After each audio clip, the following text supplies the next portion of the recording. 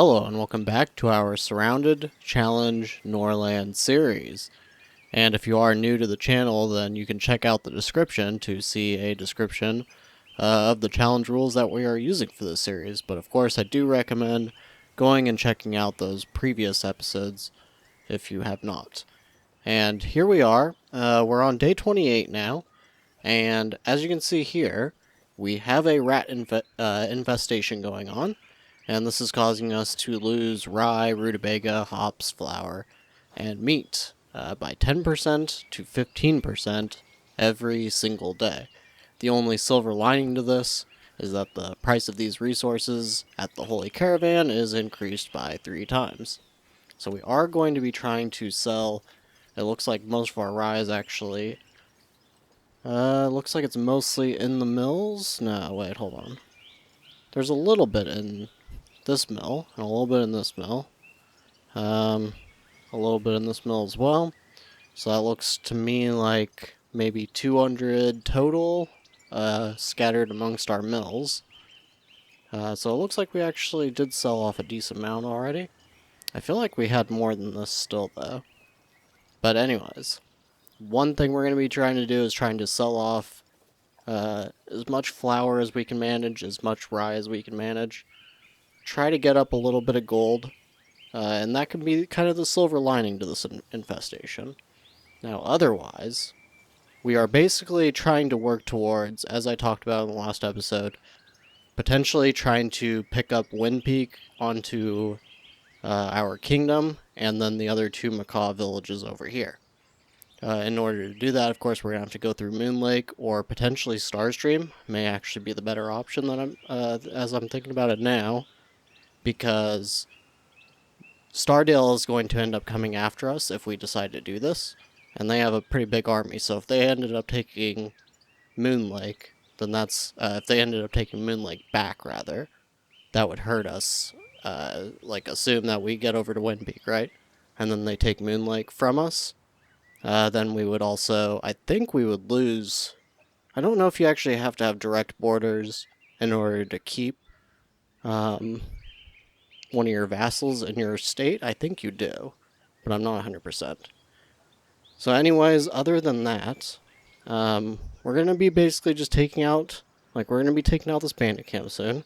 We're going to be building up our forces, and yeah, we are going to try to cut into Wind Peak territory and taking them over as soon as possible. Now here we are on the army screen. As you can see, we actually have 2 pretty cheap warriors here. One is a Varn and one is a Kaden. I think we are going to pick both of them up. That's probably about as big of an army as we can manage right now. As you can see, everybody's basically wounded. I don't know why nobody's using medical cells on them yet. He's actually taking it himself now. Okay, that's good. Let's see, is this one going to do the same thing? He can't move. Where is he then? We should probably find where these ones that can't move, where they're at. He's sleeping. Are they just lying on the floor somewhere?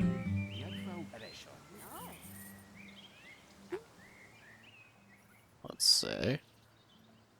Warriors are patrolling, going for medicine. Looks like, okay, here's... Oh, these are prisoners, actually. Carrying the body. So they're probably over here, maybe. Bandits. Oh boy. Oh, yeah, we have 4 vagabonds. Did we unlock the scaffolding? Yes, we did, but we don't yet have the iron. We should have it. Yeah, we should have it in the next day or so. So go to service. We're going to set up the scaffolding then. I think the best place will just be right here. If it'll let us. Looks like it'll let us do it right here. We'll go ahead and place it a little farther up. That seems okay to me. Now we also have our other chancellery. We're going to set... Should we maybe set Cormon on the other one? I actually don't think it's a big deal, because I have no idea how long Amrauer could live at this point. He could easily live past 60. So we're just going to place Amrauer on it. Obviously, if Cormon does have to take over, then we'll have to level up his management skill as quick as possible. But I think he should be able to level it up kind of on his own, because he is managing our mills for us.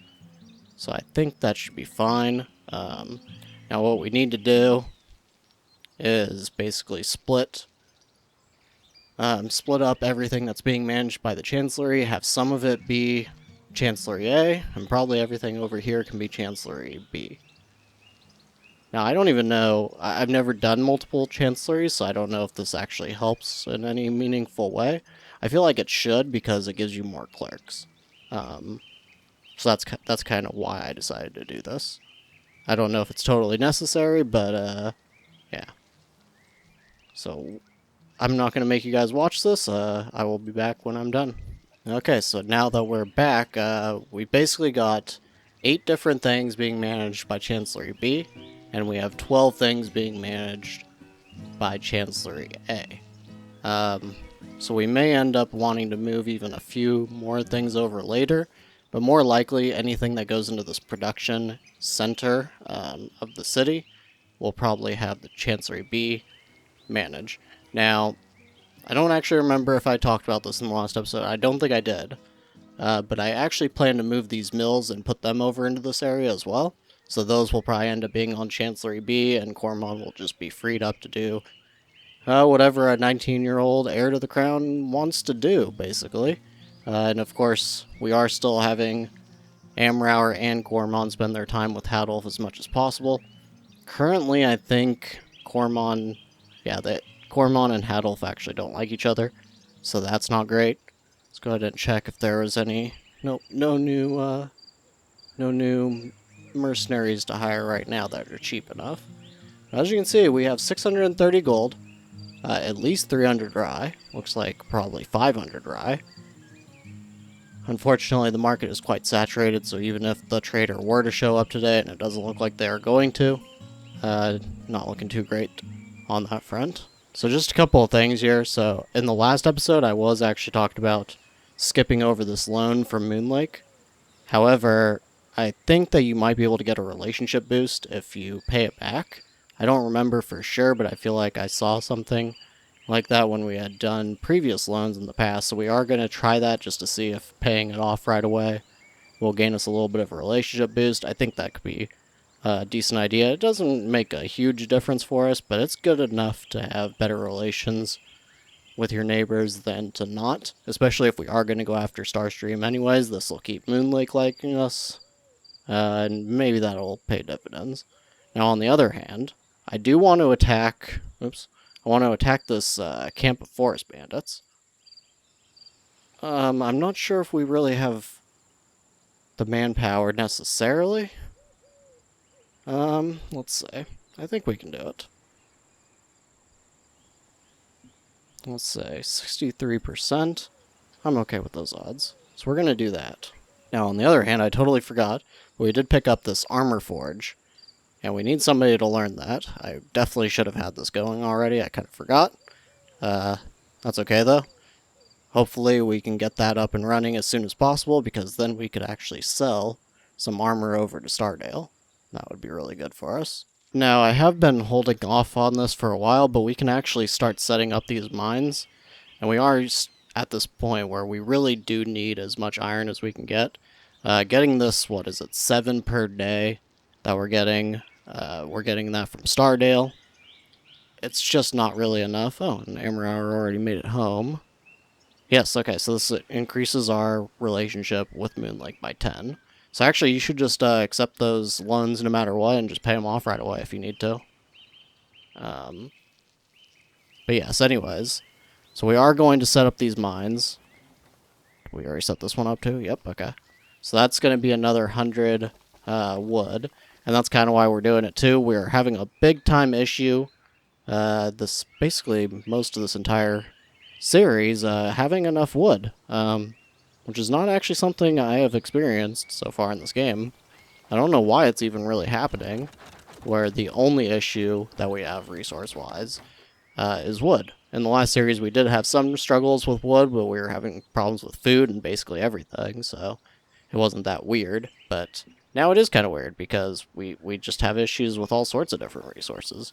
So we're going to build a 5th lumber mill. We don't have the workers for it yet, but we will. So I'm not too worried about it. And now we have that battle to go ahead and go take care of, so let's do that. And it's going to be kind of just the same thing. I'm not even going to worry about staying in the back anymore. Unetra and Elsa both kind of just need to get the further experience in combat. Elsa has a 10 combat skill. I don't even know what Unetra's is. Combat of 6. So yeah, she can definitely do with some experience there anyways. We didn't actually get any prisoners there, unfortunately. But that is okay. Okay, now that we do have a decent amount of gold going for us, we're actually going to build back these roads that we had previously gotten rid of. As far as this one goes, the one that's going over to our herbalist, I think I want to consider making it. Well, we like I was saying a little bit earlier, we do want to move these mills at some point. We're probably going to set them up over here, and then what we'll do is we'll use this section right here for probably more farms, and maybe we'll place our barracks down here as well, which will just make everything a little bit cleaner. But with that in mind, we may even move this down onto the actual path. But for now, we're just going to move this across, just like that. Doesn't need to be a completely perfect path, but just good enough, basically. We'll move it right there. And yeah, I think we're going to ship produced goods. And then as soon as that gets over... Oh, it's not letting me move yet. Not sure why. Do I have to click back on? Yes, you do. Okay. And we'll just move it right about there. That seems good to me. Now, Hadolf, he can spend time... Oh, he can spend time with Amrauer now. And we're going to see if there's any new hirees. Varn, okay, we'll take you. And that's going to be it for the moment. I actually wouldn't mind taking some of these loyalists into the army. But we're not going to do that right now. Ooh, man, or these prisoners. It is tempting, but at the moment, I think we still just want to sell off our prisoners when we have them. Now, I'm looking over here at Windpeak, and they actually are selling wood. I'm tempted to actually take that. We're doing okay on wood now, so I think we'll see. But it's possible that we will end up buying that wood from them. Because we can use that to make coal. And I think we need coal, right? We need coal, not for bows, but for tools. And that would be good, because if we get tools, I think that's what we're going to need for armor anyways. And we will probably need them as well. I mean, we need them for bows, but the only reason that I would make bows is just to try to sell those to Windpeak. I think we could actually just focus instead on the armor here, and that will probably be better. If we need to have a second trade route to make money with, then we would probably take the shields instead. But we will just have to see for the moment. For the moment, we do only have this 5 paper as well. I'm actually thinking we did unlock the paper workshop. I haven't placed it yet because we don't really have the tool to be able to make any use of it, to just create it at all. And also, I mean, we didn't have the paper, but now we do. I mean, we didn't have the wood, but now we do. So maybe it is worth it to place this, because if nothing else, we can just sell the wood. So what I think I'm going to sell the paper, rather. What I think I'm going to do then, we're just going to move this basically as far... Oh, well, we can actually move it pretty far back, so we're just going to move it maybe right there. And production, we'll place the wood paper workshop here. And move the road out. And that is pretty good. So we will need to remember to buy a tool as soon as possible. Crimes going unresolved. Yes, wow, we have 6 criminals. That is not good. This could actually spiral into a big-time issue, so we need the scaffolding.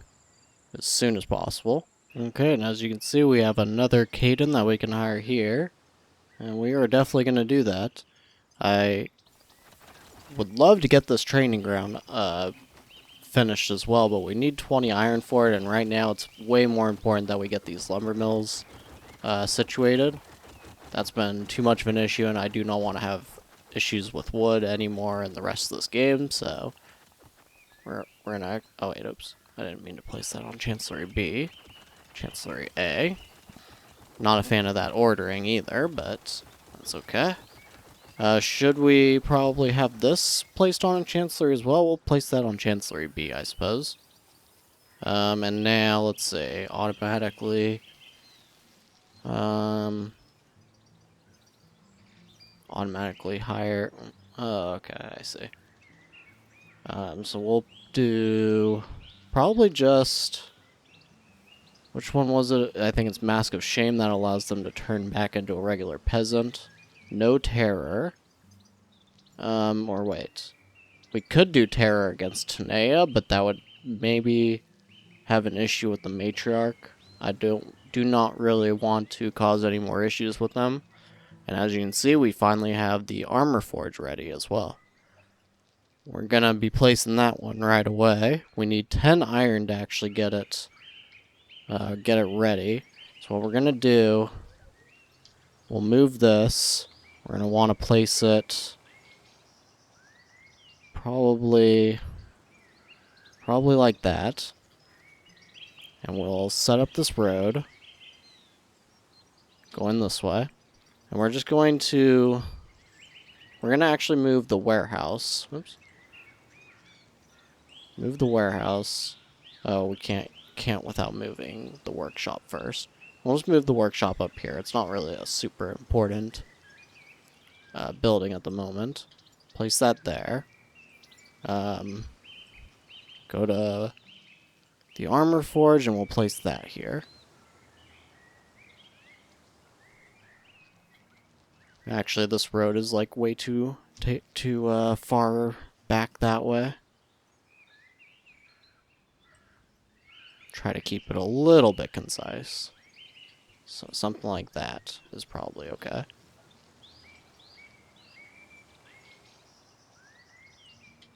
Of course, this is using up wood. It's not the best, but... Alright, that's okay. It's not great. One of these days I will clean up the look of our production site over there, but everything else looks relatively clean, so I'm not too worried about it. Totally forgot too, 2, 4, 6, so we do have 6 dormitories right now. But we are getting closer and closer every day to the 60 that would put us at the max. So we're going to go ahead and place a new dormitory. Place it right here, of course. And I think that's probably going to be about it for this episode. Of course, we need to do our trading. Hopefully we make it over there in time. Yes, okay. So we're going to sell as much... Wow, 17 each. Look at that. Or 17 each, yes. That is just... Wow, that is crazy. Even if the price drops relatively quickly, I think as long as it's more than 10, we're just going to keep selling it. Yeah, wow, that is... Look at that. 523 gold. Just for 55 flour. That is incredible. We're just going to do the same thing with flour. Rye, rather. As long as it's above 5, I think it's a good price for it. Wow, that is... Look at that. Look at 1,000 gold. Over 1,000 gold. Oh, we're rich now. I'm not going to sell the paper. We'll just keep that. We can also, wow, sell medical salves. Let's see. What was the price again? 15? Okay. Sell the bow. We don't need it. Buy all that iron. Buy all these tools. We could even buy this flavorful ale. Just kind of because. Why not, right? We could even buy the wood. We can basically buy everything. So we'll buy that. We'll get rid of this dagger. Yeah, I mean, why not? Buy some flavorful ale. Oh, wait, okay. That is even more expensive than I thought, so maybe not. We'll just use it instead on knowledge. We don't... Do we need the lumber mill upgrade? The issue here is we don't have the iron, really, to even upgrade them that far right now. We're going to say no for the moment. Now, we could produce flavorful ale. See, feed a man a fish, you'll feed him for a day, but teach him to fish. So I think learning the flavorful ale will actually help us a lot more. Seems good to me. Alright. And we still have prisoners to sell, of course. Oh, yeah, there's not enough room. Alright, there. So, let's say 1,500 gold. Of course, we're just going to use this just to improve our army anyways. So I think this is good. Alright, just looking at this. Does Elsa need any rings? She does not. We could give Cormon some rings. Reward him. And as you can see, I skipped over it so far, but Lyra has come of age as well. And she's pregnant? Oh no. Whose baby is this? Oh no. Well, we could turn her into a knight, but I think we're just gonna grant her a title. Who's... I really would love to know whose baby that is.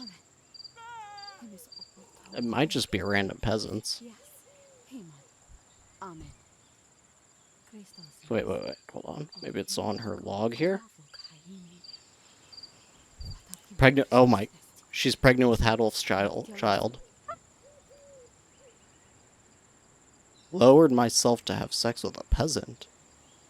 Well, that had to have been from something previous. Wow. I'm assuming we can't have her get married, right? No. That would be crazy. Marrying her to... Wow, she's having the bishop's child.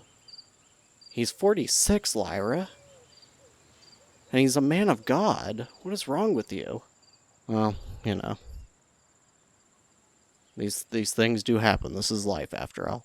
So, wow. That was unexpected, wasn't it? Yes. Alright, well, this has been a pretty good episode. Look at all that money we have. In fact... Why don't we just pay for some even better mercenaries, right? We can probably afford these ones that are going to cost... This will be an increase of tax of 18. I think that's okay. I think we can deal with that now. So that gives us one of our strongest new warriors. And in total, we will have 16 once he arrives. And I think that is where we're going to call it for today. We are making good strides on getting towards Wind Peak. It's probably going to be a few more episodes while we build up our army, but we have the goal to do that now. So I thank you very much for watching, and I will see you next time.